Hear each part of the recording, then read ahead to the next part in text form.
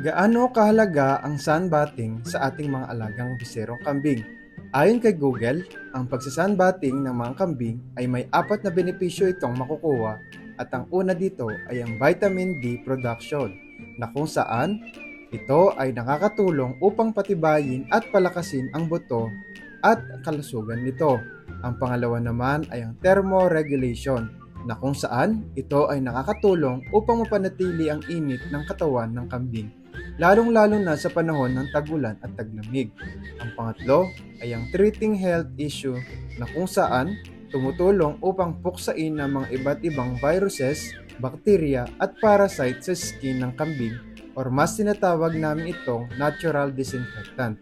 Ang pang-apat ay ang saving energy na kung saan ito ay nakakatulong upang magbigay ng init na hindi na kailangan pang iproduce ng kanilang pangangatawan. At dahil doon, naipon nito ang kanyang enerhiya na pwede pang gamitin sa ibang bagay. So that's all lang mga kagri. Thank you and happy farming!